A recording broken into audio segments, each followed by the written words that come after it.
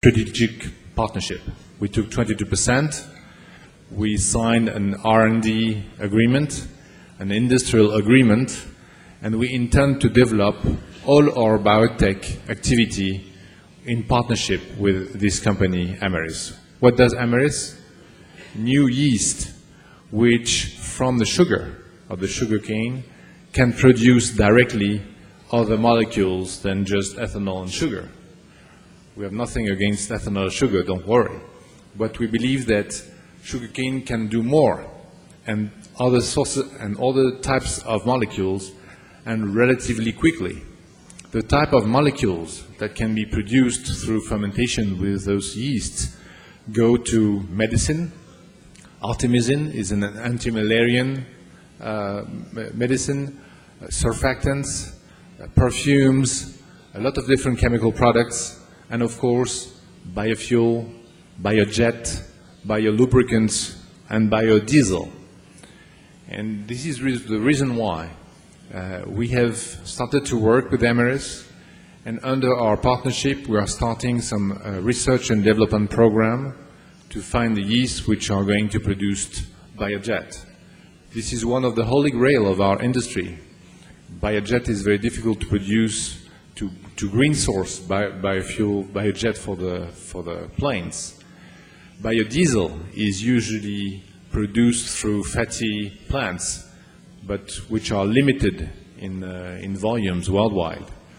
And with, we believe, the future products that we are going to produce through the Amyris yeasts, we are going to upscale and produce extremely large quantities of biodiesel.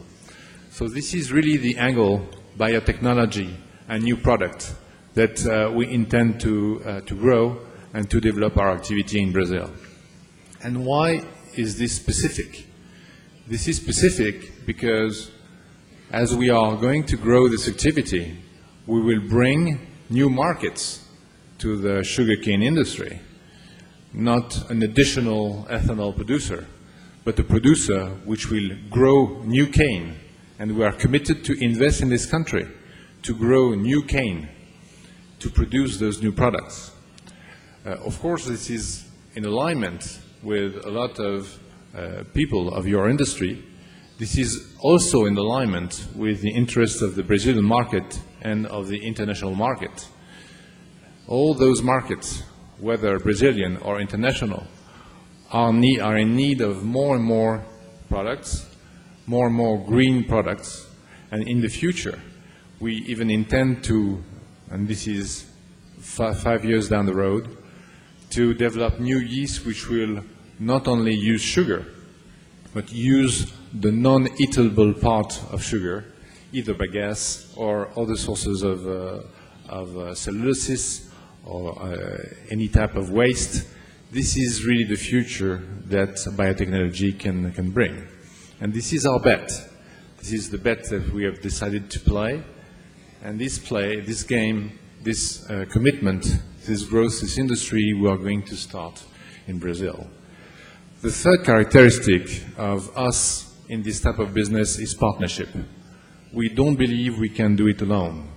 We believe we need Brazilian actors to be partners, and we have started some discussions with some of the Brazilian players to build an industrial partnership to share with us and grow this activity that I've just described. In terms of size, today, Amyris is already producing, and therefore we are producing in Brazil through Biomin small quantities of products. But these quantities are rapidly growing. Even next year, we anticipate 50 million liters of production, and by 2014, 2015, 5 times more, which represents a sugarcane crush quantity of something between 6 to 13 million tons. At the end of the decade, this business can represent, as far as we are concerned, something like 5 to 10% of the whole sugarcane production. So this is what we are here for. It's the start of a new adventure, and we are extremely happy to have been invited to express it in front of you.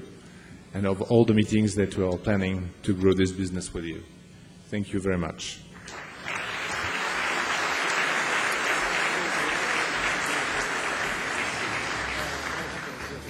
Mark, please.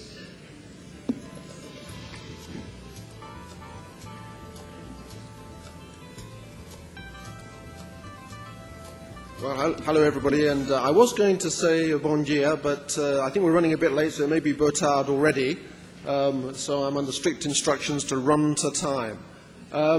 I do have a few PowerPoint charts that I was going to use.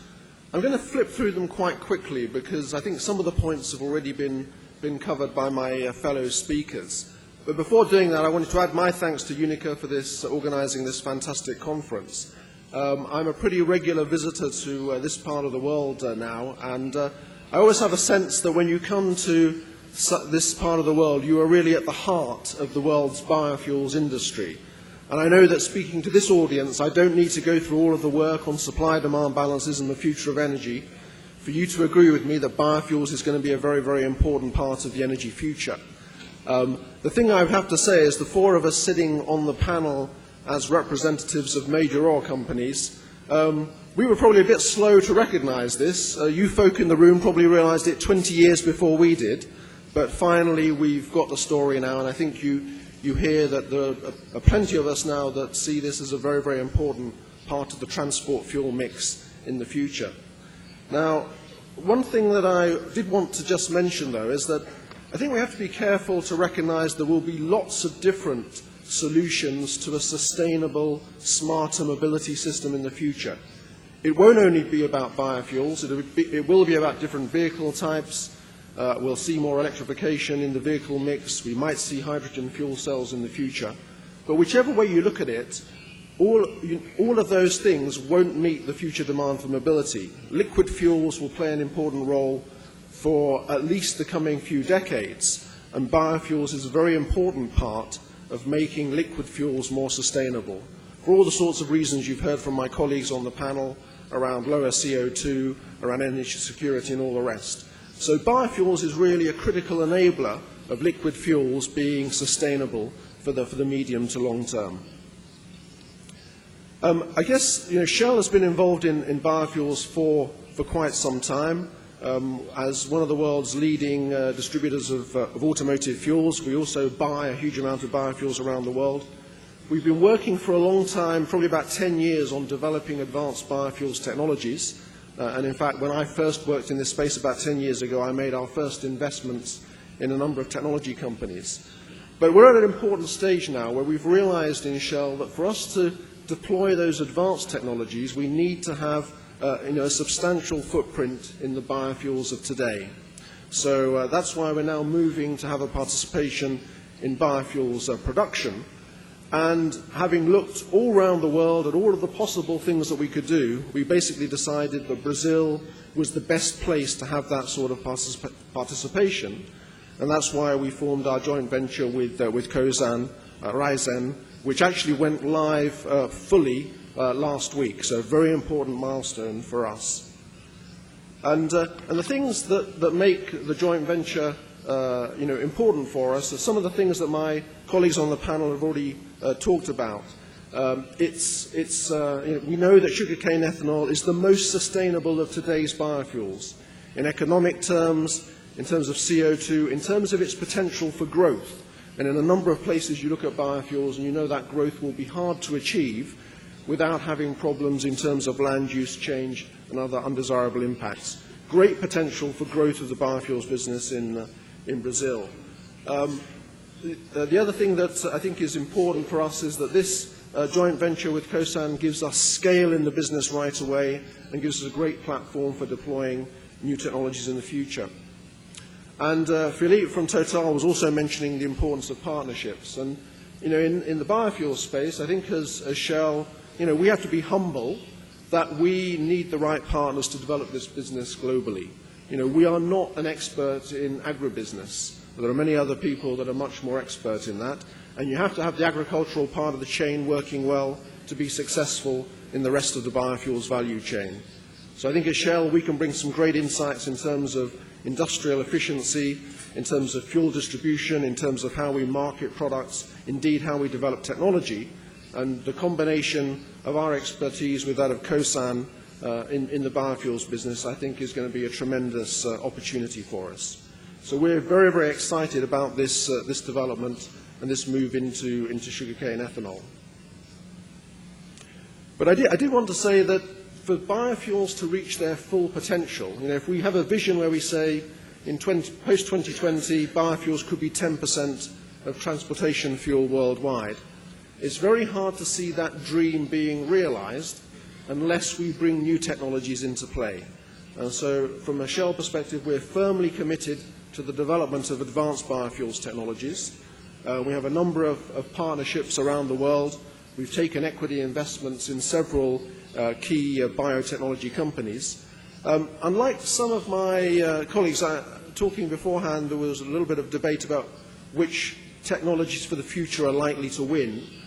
And I think it's very hard to say at the moment which of the advanced biofuels technologies will be the winners. We're backing 3 or 4 pathways within Shell, both through the companies that we have equity stakes in, also through work we do with a large in-house R&D program, and we also have a lot of work with universities around the world, including Unicamp here in Brazil. So I think that getting these advanced biofuels into the market is going to be key. I think we also have to be realistic, though, about the time scale to bring some of these new technologies to market.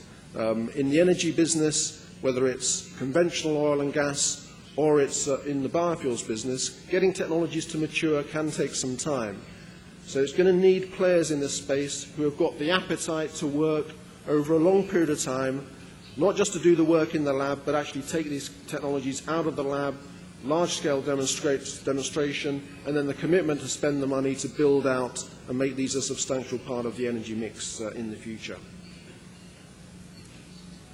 So I think what I wanted to really sum up by saying was that I think that, as you've heard from everybody else, oil is definitely going to play a big role in the transport fuel mix going forward. It's not a case that the world of oil is finished. Oil and gas is by no means a sunset industry.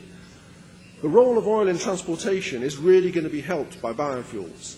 I can remember some years ago talking to some of my colleagues in Shell who saw biofuels as a threat.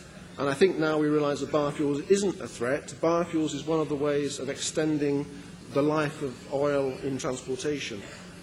For sure, we see Brazil continuing to be a leader in this field. And, once again, my congratulations to Brazil for the leading role that it's taken so far in this industry. I know it's going to go from strength to strength in the years ahead. We think there's a great potential for Brazil to be one of the places that we see advanced biofuels technologies being developed. For me, it's quite an interesting experience. When I go to see a field of sugarcane and I see the harvesting process, and I see that today a third of the energy content of the crop gets left in the field, with the right technologies, that's an energy source that we can make great use of. I think from Shell's point of view, we're absolutely committed to continuing to develop this biofuels business, both here in Brazil and internationally, and we're extremely excited about the partnership we have here with Khosan. So great times. It's great to be involved in such a sort of vibrant and growing industry. I think growth has to be a big part of the agenda here. It's not just about making the most of what we already have. It's about finding the growth opportunities that we have. And I think that the last thought that I want to leave you with is a management speaker once said, if you want to predict the future, you have to create it. So this is about part of creating the future, creating a sustainable transport fuel mix, and I hope that everybody here will want to join me in being part of creating that future. Thank you very much.